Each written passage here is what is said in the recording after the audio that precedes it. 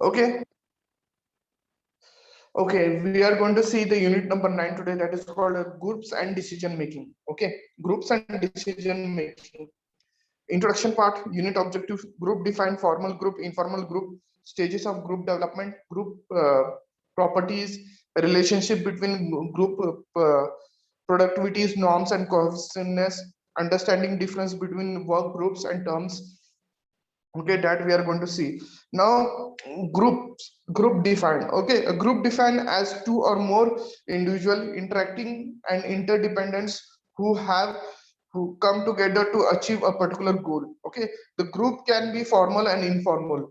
For example, team of doctors performing surgery on a patients make a formal group, while friends going in a picnic are an informal group. Okay, formal groups are originally determined, while informal groups are determined through social contacts.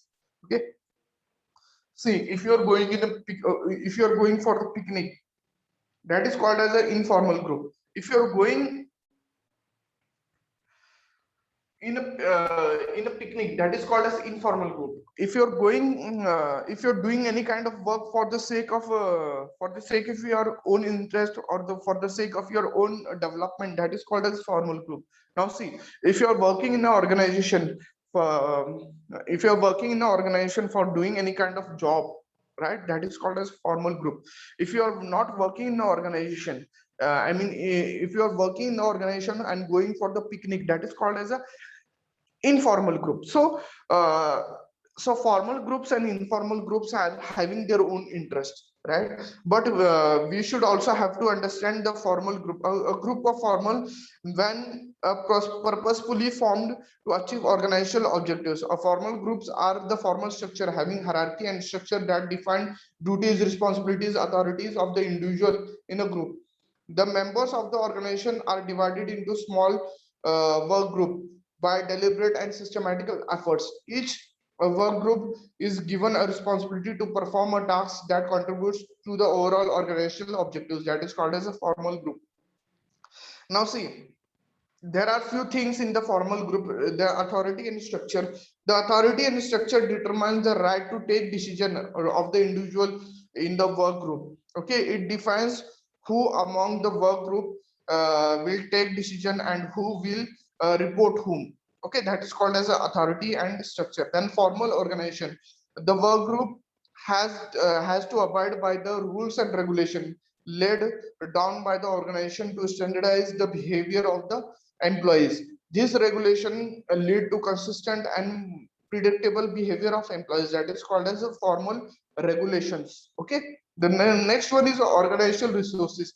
Some organizations that are profitable have abundance of resources in terms of fund, equipment, and facilities, while the other organization may not have that fortunate.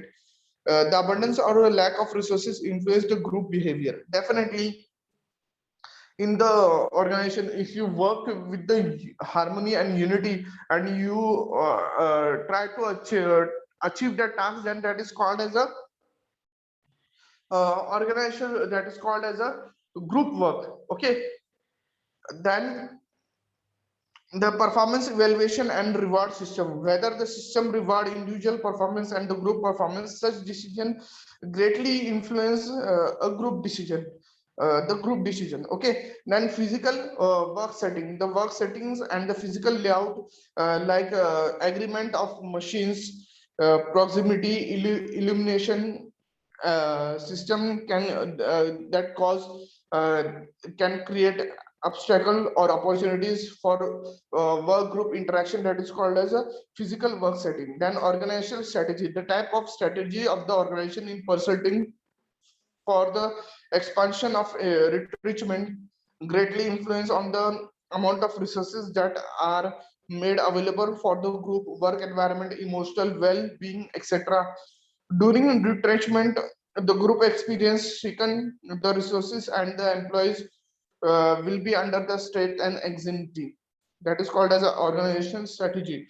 Then organizational culture. Every organization has a culture which is unique, set by the uh, uh, relatively stable characteristics. Organization culture is a set of shared values, understanding, assumption that controls the behavior of the organizational member. That is called as the organizational culture.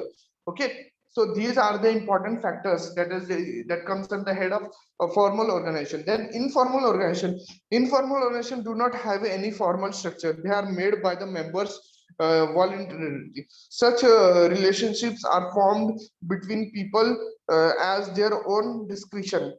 Okay, informal groups are formed due to personal bonding between people. Personal bonding develops due to similar likes and dislikes. While working in organizational groups, people tend to form informal group depending upon the personal liking. Okay, in informal organization not only benefits the organization but benefit of the managers as well. The benefits are as the follows. Advantage: the sense of belongingness. A formal group is a signed structure behaving formal authorities and predetermined duties where the managers does not feel the sense of belongingness and does not retrieve personal satisfaction. So that is called as a sense of belongingness. Okay, the gap filled by joining the informal group. People join a group because there is a need of affiliation and security. Okay, group provides warmth and support in the group's members. Group also provides people with the feelings of self-worth. Then the next one is emotional support. uh, Work life involves various uh, fractions and tensions. Okay, as an informal group, people might share the some problem. They collectively deals with the situation. Okay, at times employee may need a person as friend to hear his problem and support him emotionally. Okay, in the informal group, people can easily share their feeling. That is called as emotional support. Definitely these are the advantages for the informal group. Then aid onto the job. The informal group members share close relation. They may help each other in case of accident or illness. Often the group members exchange work assignment on the basis of specialization of group members, rendering better performance, which at times is the more than what they expected from the firm from them. Then power. People feel strong and powerful when they join the group as they have the power of members. The goal that cannot be achieved by the individual alone become possible through group action.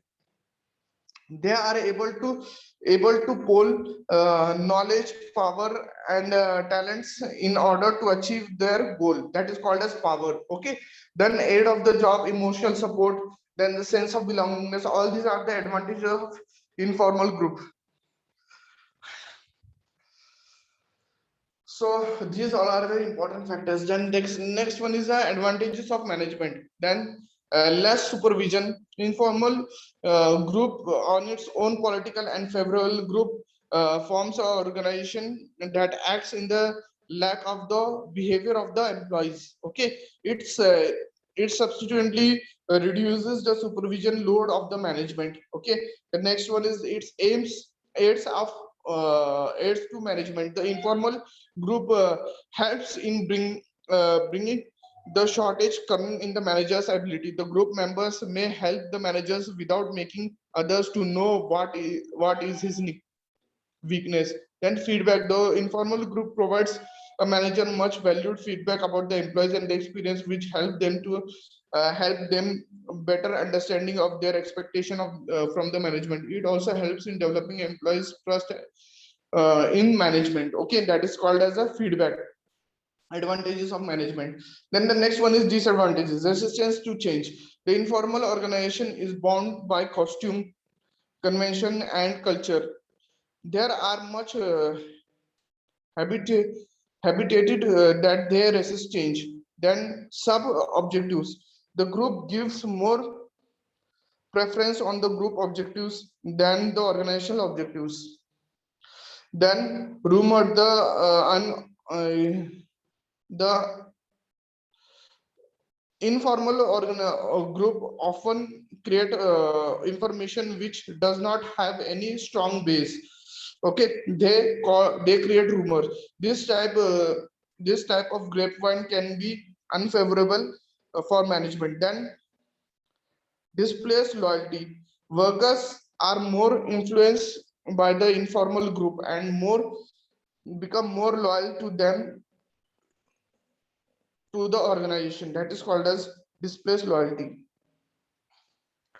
Now these are the things which is given in your book about the groupism, about the informal ways of duties. Then group properties. Okay, group norms. They are expected standard of behavior that are established and shared by the group members. Okay, now why people are making the group, what are the advantages of having the group? Let us discuss that. Performance norms. These norms set a standards for the level of output, method of doing the job, quality of efforts, quality of efforts to be put in, etc. Performance norms are one of the major contributing factors for the employees' productivity, a part of the employees' abilities and the level of motivation. Okay, then the next one is called as appearance norm. They set standard of appropriate dress code, arrival and departure time, as well as their leisure period, when to look busy. Informal social arrangement. These norms regulate social interaction. Example, friendship. They influence social gathering like lunch, party, picnic, etc. The group norms that are forced by the group ensure group survival, facilitate task accomplishment, contribute to moral, and express group central value. Okay, the group norms ensure predictability and the group members become aware about each other's actions and reactions. They take appropriate measures while responding to their group members. Okay, then the role, status, group size, group coherence. Okay, rules. There are expectation of behavior from the group members of complying with the given position in the group. Managers in the organization is expected to play a role of spoken person, resource allocated, disturbance handler, etc. In private life, he may also be the chairman of the golf club. The goals can be either be compatible or contracting.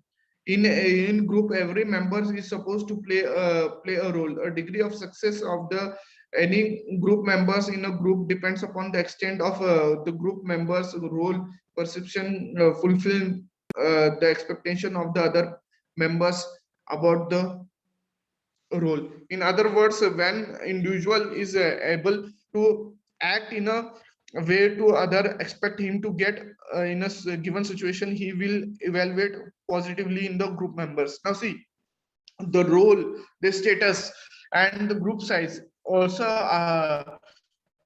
tells the story of group properties. Okay, when the group size is large, okay, when the group size is large, then you know there will be more coordination with the people, and the work will be easy as well, because all the group members are giving the efforts.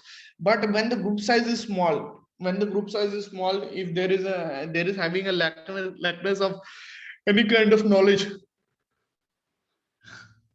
all the group members will face a problem over here. Okay,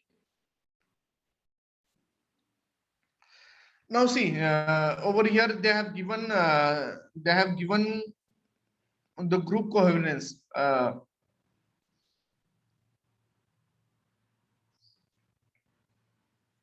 It measures the bond among the members that holds the group together. Okay, group cohesiveness means what?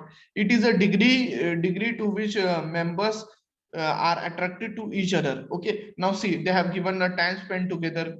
If the group members get enough time to spend together, they get closer to each other. It helps them to know each other well, which facilitate friendship, physical proximity, also plays a very important role. Then group size, as the number of members in the group increases, it becomes very difficult to interact and communicate with the each other. Okay, continuous interaction is the important factors that provides cohesiveness. Okay, due to the lack of time for interaction, group coherence decreases the increase in size.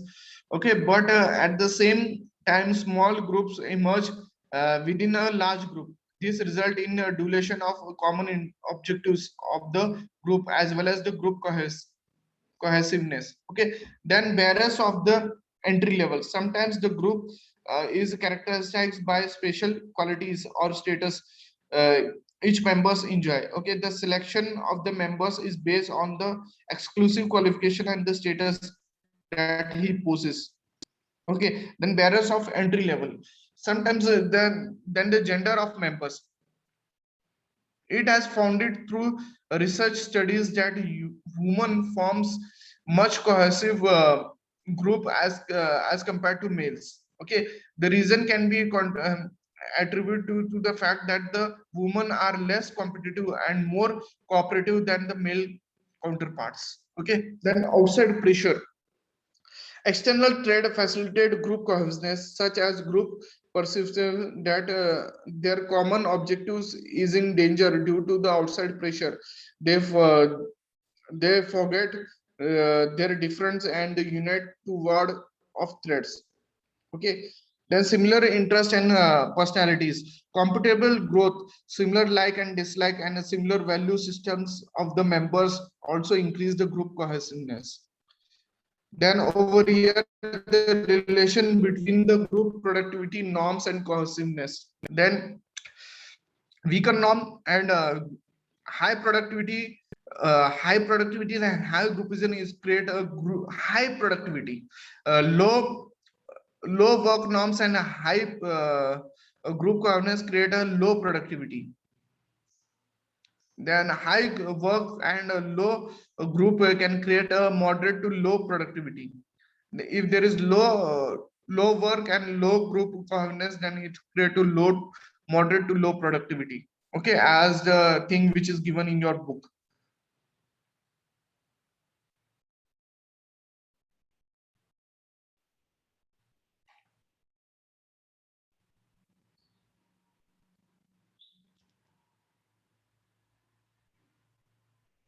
Now creating effective terms. Okay, clarifying and establishing specific goal. Okay, now a specific goal. Why a specific goal is required? See, if you want to achieve anything in your life, first of all you need to have a proper goal with yourself. Okay, if you have proper goal, then only you can able to understand the things in a proper manner. Okay, if you don't have the goal, then definitely you will face a problem of having lackness in the goal. Okay, then the second one is skills and rule of the members. Okay, then the team leader who identified the strength and weakness of their team members and assign them their job with the best fit of their skills. Now see, there are 10 employees, those who are working in the organization. Some of them are very skillful, some of the newcomers. Okay, those who are newcomers, what they will do, they will try to give us a simple job for the newcomers, because they are new, they are not that much trained as compared to the experienced people. So they will provide a lesser job, or they will provide a easy task to them, so that they can do it. And those who are experienced people, they will provide uh, experience kind of job to them, right? Then the next one is rewards. The team leader should acknowledge important milestone and plan celebration and for incremental success.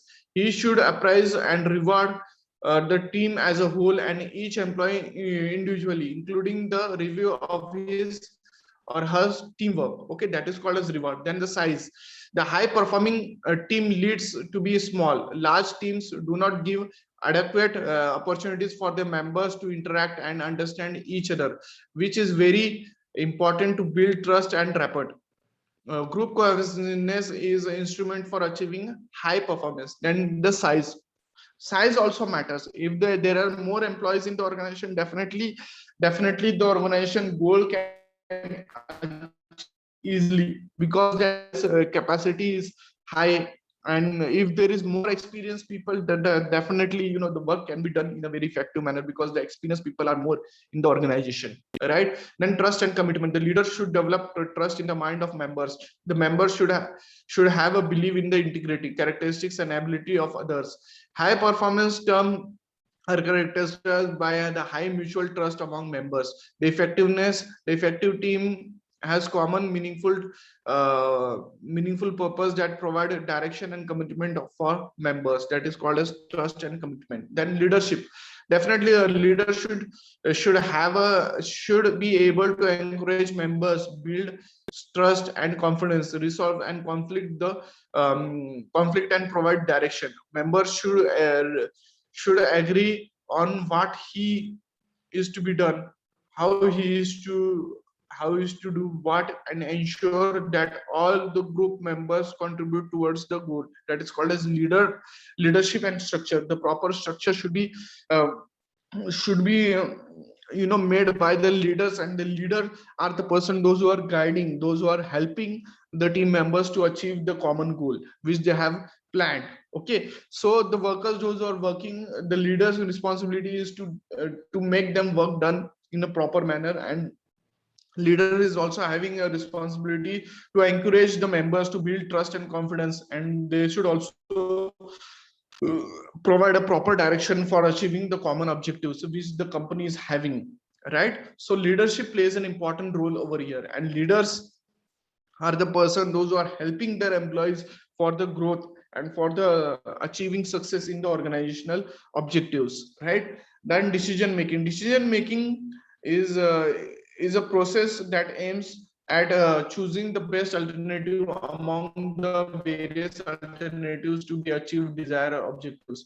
According Decision making is a process of selection from the set of alternative course of action which is thought to fulfill objectives of the decision problem more satisfactory than the others. Okay, so decision making is the important factors. Okay, while making a proper decision, we come to know that, whatever we tried to achieve, we are able to achieve that thing because we have made a proper decision. Okay, while having a plan, and while there is no implementation of the plan, then definitely you are not going to achieve anything, because your plan is not achievable, right? Because you have not taken a proper decision for achieving that plan, right? So these all are the important factor. Then types of decision: programmed and non-programmed decision. Programmed decision is related to routine matter. Okay, guidelines for decisions are already available to decide maker.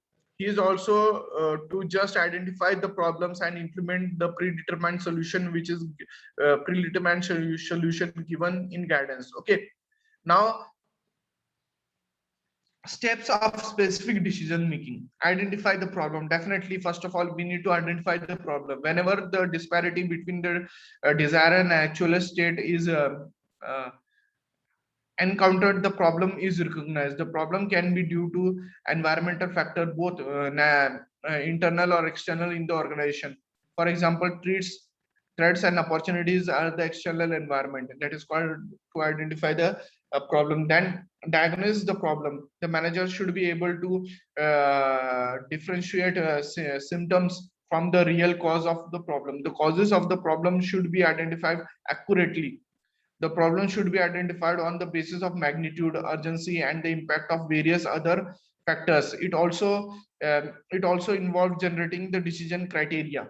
Okay, then develop alternative. The next step is to make the list of the various options that can be used to resolve the problem.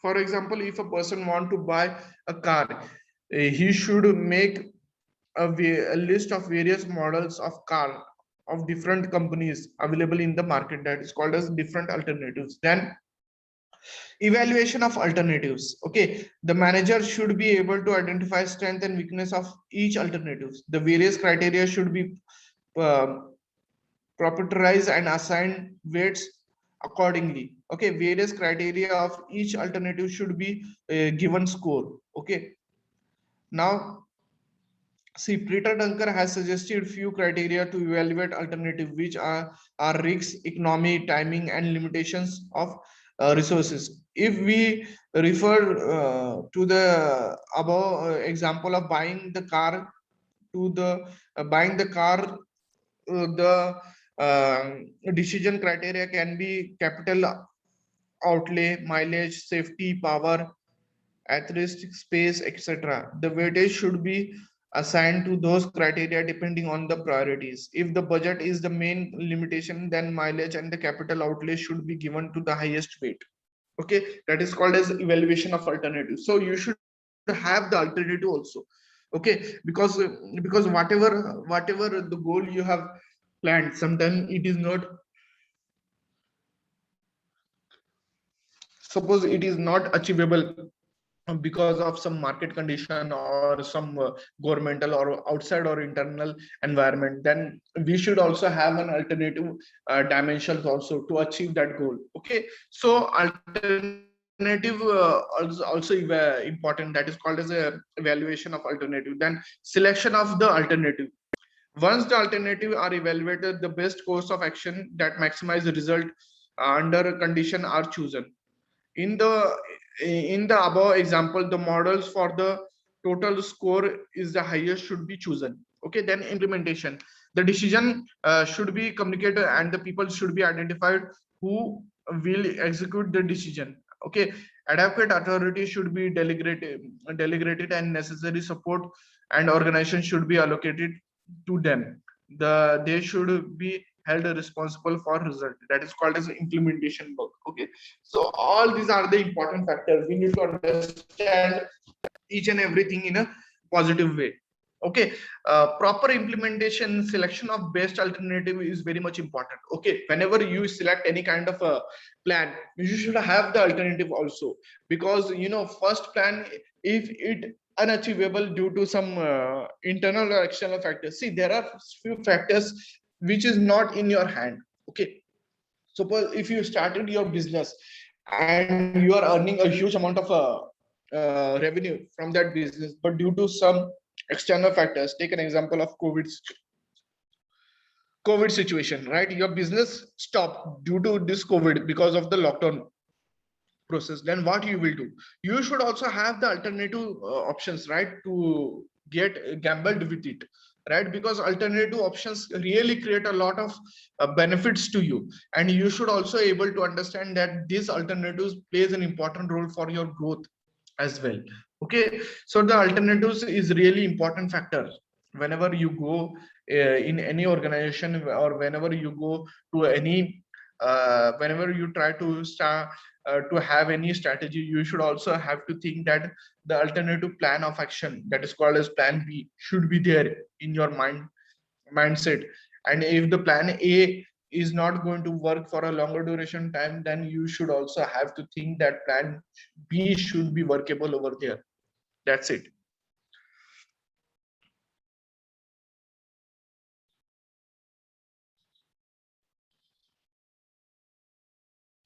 Then leadership. Okay, leadership. A leader is defined as a process of influencing people to perform well so as the mission goal can be accomplished. Leader guides and directs the action of other towards goal. Okay, leadership is the ability to influence people to work, willingness for the group objectives. Okay, leadership as influencing people to achieve common goal. It is the ability to expert interpersonal influence by means of communication towards the achievement of goals. Okay, leadership leadership leadership literature is voluminous. They are basically four approaches to explaining which makes an effective leader. Okay, now there are few things which is accomplished for the leadership growth and development. Okay, now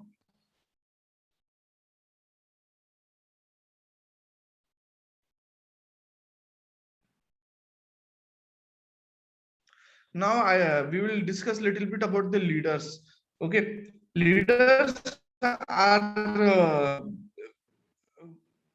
very much important factors for the sake of for the sake of company's growth and development, because leaders are the person those who are guiding the other people to come forward and to do a proper work, because leaders are the person those who are standing in front, and those who are leading from the front, and those who are helping the others, those who are there, those who are following them, they are also helping the others to come forward and to able to achieve the goal in a proper manner. So leaders are the person those who are helping the others also to come forward and to do their work, whatever the work assigned, right? They are the person those who are the leader task is to clarify the path for eliminating confusion that they are subordinate have, or by providing the guidance and the support to reach goals. The behavior of the leader should be instrumental in attainment of subordinate immediate or future satisfaction. Okay, directive, supportive, uh, participative, achievement oriented. Okay, directive, the leader gives a clear direction, set performance standards, and the control the behavior through justification, use of rewards, and disciplinary action when the perform standards are not met.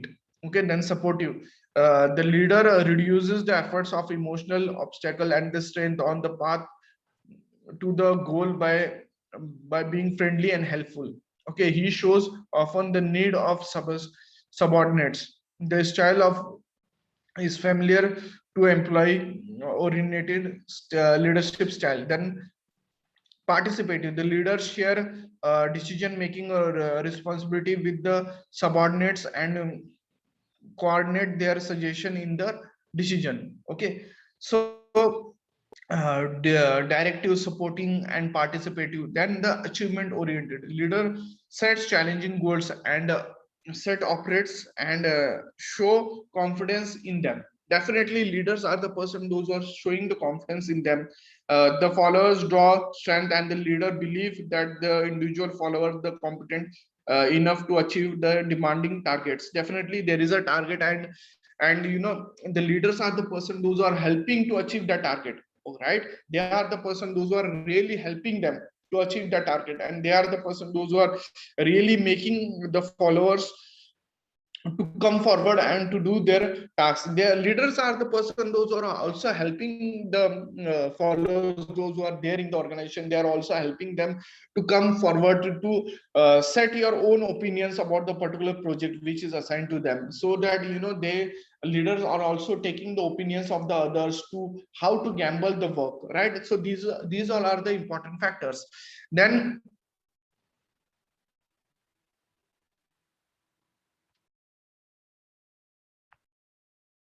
the organizational conflict is an unavoidable and natural part of the organization. A manager devote a substantial part in the terms and in resolving workplace conflict. Conflict is a disagreement, a discord arising between two or more parties that result in the mutual opposition. One school of thought, a traditional approach, says that conflict is evil and should be avoided at any cost, while human relation approaches argues that the conflict is unavoidable and hence acceptance of conflict is advocated. Okay, the third school of thought, international internationalist view, that conflict can sometimes prove to be very healthy for the organizational growth, and hence optimum level of conflict should be encouraged in the organization. Okay, now see, they have given the hierarchy of conflict. Okay, in the first step there will be no conflict. Okay, in the second there will be a minor disagreement. Okay, disagreement does not lead to a conflict, but it's a kind of mutual misunderstanding, we can say, that is called as a disagreement. Okay, then the third one is over questioning, overturned questioning, when you are not able to understand the uh, any agreement, then you are telling the over questioning. Okay, then verbal attacks, definitely verbal attacks, counterpart from one side to another. Okay, both are fighting with each other verbally.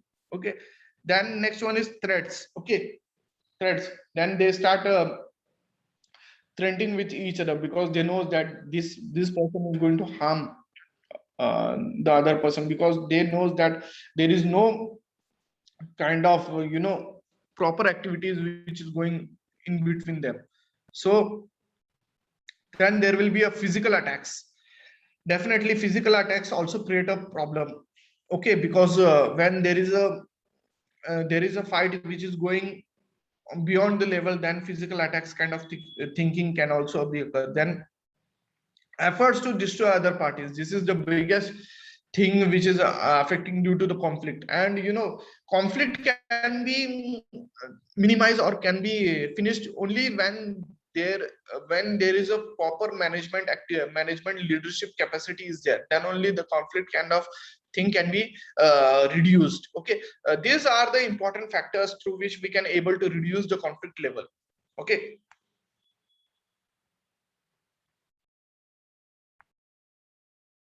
Conflict means what? It is a disagreement between two or more parties. It is an inevitable part of the organization. Traditional view conflict as bad and that is should be avoidable, while modern internalists view it is a positive if it exits at an optimum level, right?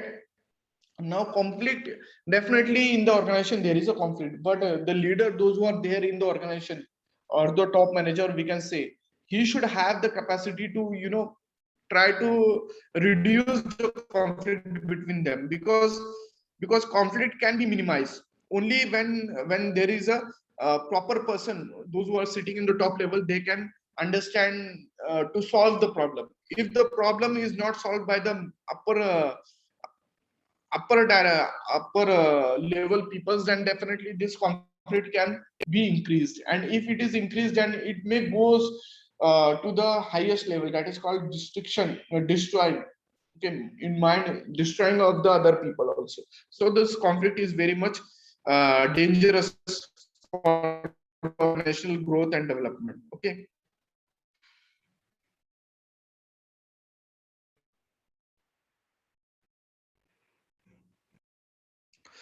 So for today's lecture, I think this one is enough.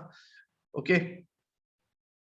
In the upcoming lecture, we are going to discuss the remaining part in your book. Okay. This thing also we have discussed in the previous lecture. Okay. Managing resistance to change. Okay. When the change, when we are able to, manage the changes can be managed with the clear and effective communication. Okay. Now see, day to day, a lot of changes is being happening in the organization, but the changes can be managed only when there is a strong and effective communication with the managers and the bottom bottom level peoples. Okay, those who are working in the organization, those who are helping the organization to grow in the organization in the upper level, right? So there should be a proper coordination between the organization people. Then participative and involvement, the dimension of change might be discussed with the employees and their and they must be made to feel that there is a very much part to the change in the contribution and vital to make it successful. Participation in the decision making process will reduce resistance, obtain commitment and involve the quality of decision. That is called as participation and involvement. Listening to employees and providing them support, the manager must listen to the apprehsiveness there that employees process, and the employee should be helped to identify as to what lays to them in the change. Okay, training program, counseling sessions should be arranged to them. Then negotiation.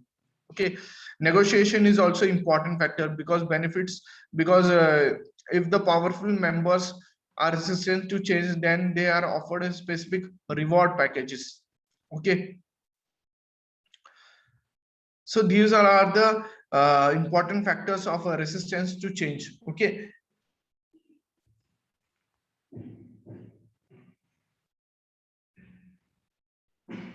So we have discussed with this chapter also, and I think we have completed our syllabus.